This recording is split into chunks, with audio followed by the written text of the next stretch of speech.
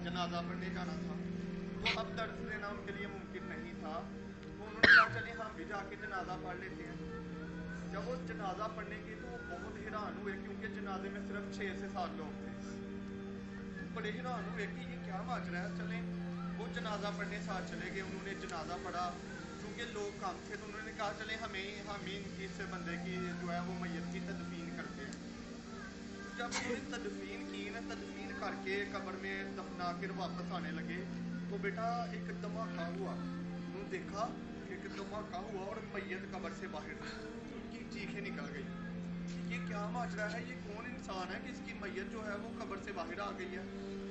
इत्तफाकन उसी कब्रिस्तान में एक और जनाजा भी हो रहा था। एक और जो है वो लोग भी आए हुए थे दफनाने, उसमें कोई अल्लाह वाला था। उसने जब लोगों का शोर सुना वो दौड़ता हुआ उधर को आया। उसने कुछ दरूद शरीफ पढ़ा, कुछ दम शम पढ़े, उसने कोई कुरानी आयत पढ़ी और उसने उन लोगों से कहा कि इसका वालिद कहाँ पर है, उस नौजवान का वालिद कहाँ है। तो फरमाया कि बताया गया कि इसका वालिद उसके जनाजे में आया ही नहीं है। उसने कहा मुझे लगता है वो नाराज है, उसको लेके आओ। उसके वालिद को बुलाया गया, उसको बेटा लेके आए गए तो उसको बताया गया कि बाबा जी इसको माफ़ कर दें, ये आपके बेटे के साथ आपकी जो भी नाराज़गी है इसको माफ़ कर दें, कब्र इसको कबूल नहीं कर रही। तो वो बूढ़ा आदमी, वो बाबा जी वो रोने लग पड़े। फरमाया इसको कैसे माफ़ कर दूँ, ये शख्स, ये मेरा बेटा, ये मेरे ऊपर तशद्दुद करता था, मुझे मारता था, नशा करके आता था और जब इसको नशे के लिए पैसे चाहिए होते थे तो मेरे पास पैसे नहीं थे तो ये मुझे तशद्दुद करता था। उसने अपनी कमीज उतार के दिखाई तो उसके ऊपर भी छड़ियों के निशान थे जो उस इंसान ने अपने बाप को मारा हुआ था। उसकी वजह से कब्र उसको कबूल नहीं थी कारी। अब चूंकि इनके गल पड़ गई थी, कब्र में दफनाते तो ही जान छूटनी थी। उन्होंने बाबा जी की मिन्नतें की, उनको मनाया कि फरमाया इनको माफ़ कर दो नहीं तो इसको कब्र कबूल नहीं करेगी। बाप था, बाप मान गया तो उसकी दोबारा कब्र में तदफीन की गई। जब उसको दोबारा दफनाया गया तो बेटा माजरा ये हुआ कि अब उसकी टांगे बाहर आ गई, उसकी टांगे अंदर ना जाए। फिर से लोग एक दहशत का समा पा गया, ऐसा बंदा है इसको अल्लाह ताला इसको मट्टी कबूल नहीं कर रही, इसको कब्र कबूल नहीं कर रही। तो वो जो अल्लाह वाला था उसने कहा लगता है इसकी माँ भी जो है इससे जो है वो नाराज़ है। उसकी माँ को बुलाया गया, माँ से पूछा गया कि जो भी माँ जी इसको माफ़ कर दे नहीं तो इसका आखिरत जो है वो बहुत बुरी है। वो तो पहले ही है लेकिन इसको कब्र भी कबूल नहीं कर रही है तो हमें तो इसको दफनाना है। तो उसकी माँ ने भी यही कहा कि ये जब नशे में आता था मुझसे पैसे मांगता था, मेरे पास पैसे नहीं थे, ये मेरे ऊपर तशद्दुद करता था, ये मुझे मारता था, जिसकी वजह से अभी तक जो है मेरी जिस्म के ऊपर इसकी तशद्दुद के निशानात हैं। तो लोगों की चीखें निकल गई, उन्होंने तौबा इस्तगफार किया। खैर माँ ही होती है, उसको समझाया गया तो उन्होंने उसको माफ़ कर दिया। अब जब उनको माफ़ कर दिया तो लोगों ने देखा कि उसकी टांगें खुद ब खुद ही अंदर चली गई हैं कब्र के। जब लोग उसको तदफीन करके वापस मुड़े तो फरमाया उस कब्र में धमाका सा हुआ, एक आवाज़ की, पता नहीं उसकी शख्स के साथ क्या अज़ाब हो रहा था क्या नहीं था हो रहा। तो बेटा बताने का मकसद ये है कि वालिदैन के जो नाफरमान है या आप ही लोगों ने कल यूनिवर्सिटीज़ में जाना है और यूनिवर्सिटीज़ में रोक टोक कोई नहीं होती। बहुत सारे लड़के ऐसे हैं जो नशे में लग जाते हैं और नशा ही सबसे पहली बीमारी होती है। जब नशा की आदत पड़ जाएगी, नशे के लिए पैसे नहीं मिलेंगे तो फिर आप घरों में चोरियाँ करोगे, डाके डालोगे, कुछ भी करोगे नशे के लिए, क्योंकि नशे की लत ही ऐसी होती है। तो फिर वही लोग ज़्यादा माँ बाप के ऊपर तशद्दुद करते हैं जिनको नशे की लत होती है। तो बेटा ये देख लें माँ बाप का मुकाम कि उस बंदे को कब्र भी कबूल नहीं करती होती जो बंद लोग ऐसे करते हैं। एक और मैं आपको वाक़या सुनाता हूँ। एक शख्स थे, शख्स भी नहीं थे, सहाबी रसूल थे। एक सहाबी रसूल हुज़ूर सल्लल्लाहु अलैहि वसल्लम की बारगाह में पेश हुए और कहने लगे कि या अल्लाह मेरा बाप मुझसे पूछे बगैर फजूल खर्ची करता है, मेरे पैसे खर्च कर देता है। आप सल्लल्लाहु अलैहि वसल्लम ने कहा कि जाएं उस शख्स को बुलाएं। उसके बाप को बुलाया जाए। साहब आगे आपको बुलाया, आपने पूछा क्यों बुलाया है? आपने फरमाया, साहब अकराम ने फरमाया कि आपके बेटे ने आपकी शिकायत लगाई है। उस बंदे को बड़ा दुख हुआ, उसने दिल ही दिल में कुछ अशार पढ़े। जब वो अशार पढ़ के अभी हज़रत सल्लल्लाहु अलैहि वसल्लम की बारगाह में पेश हो ही रहा था कि जिब्रील अलैहिस्सलाम अल्लाह के पास से आ गए। आपने जिब्रील अलैहिस्सलाम को कहा, जिब्रील अलैहिस्सलाम ने आप सल्लल्लाहु अलैहि वसल्लम से कहा कि या रसूल अल्लाह पहले इसको कहे, पहले वो अशार सुना जो तूने दिल में कहे हैं। जब वो आपकी बारगाह में पेश हुए तो आपने कहा कि मैं तुम्हारा मुद्दा बाद में सुनूंगा, पहले मुझे ये बता तुमने वो अशार क्या पढ़े थे अपने दिल में? वो उसने कहा अशहदु अन्ना मुहम्मदर रसूलुल्लाह, मैं गवाही देता हूँ कि आप अल्लाह के सच्चे रसूल हैं। वो अल्फाज जो उसने अपनी ज़ुबान से बयान भी नहीं किए, सिर्फ दिल में कहे, वो अल्लाह पाक ने सुन लिया। आप भी सच्चे, आपका अल्लाह भी सच्चा। आपको अल्लाह ताला ने उसी वक्त जिब्रील को भेजा और आपको बताया। पर कुछ लोग कहते हैं अल्लाह पाक रसूल सल्लम नबी पाक जो है वो गायब का इल्म जानते थे, लेकिन बेटा वो जानते कैसे थे? वो अल्लाह पाक बताते थे ना। नबी पाक सल्लल्लाहु अलैहि वसल्लम के पास वही आती थी, जिब्राइल अलैहिस्सलाम आते थे, ऐसे जानते थे ना। अगर हम खुद से कहना छोड़े, हाँ अगर आपके पास एक जायज़ है, कोई हदीस है, तो आप ये बात कह सकते हैं, लेकिन मैं ये तो नहीं कह रहा कि नहीं थे जानते, बिल्कुल ये गायब का ही इल्म है। लेकिन कैसे जाना? अल्लाह पाक ने चाहा ना, अल्लाह पाक ने जिब्रील अलैहिस्सलाम को भेज दिया कि फलां ये बंदा ये अशार कह रहा है, इसे पूछे वो क्या है।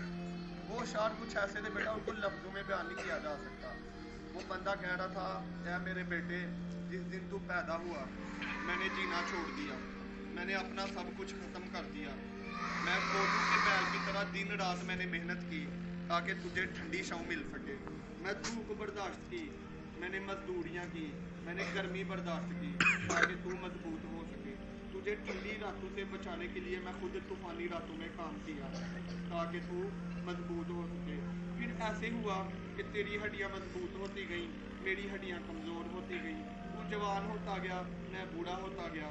अब जब तू जवान हो गया तो तेरी आंखें तेरे माथे पे आ गई, तू मुझे घूरने लगा, तू मुझे गौर से देखने लगा, तू मुझे ऐसे देखता था जैसे मैं कोई गुलाम हूँ। अगर मैंने मान लिया मैं गुलाम ही हूँ तो कम से कम तू मुझे अपना हमसाया ही समझ लेता। हमसाए से तो लोग पूछ ही लेते होते हैं ना कि ये क्या हाल है भाई, कोई चीज़ की ज़रूरत है।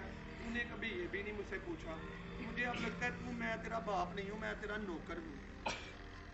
जब ये अल्फाज सुने बेटा, ये बयान नहीं किए जा सकते, और भी बहुत सारे अल्फाज थे।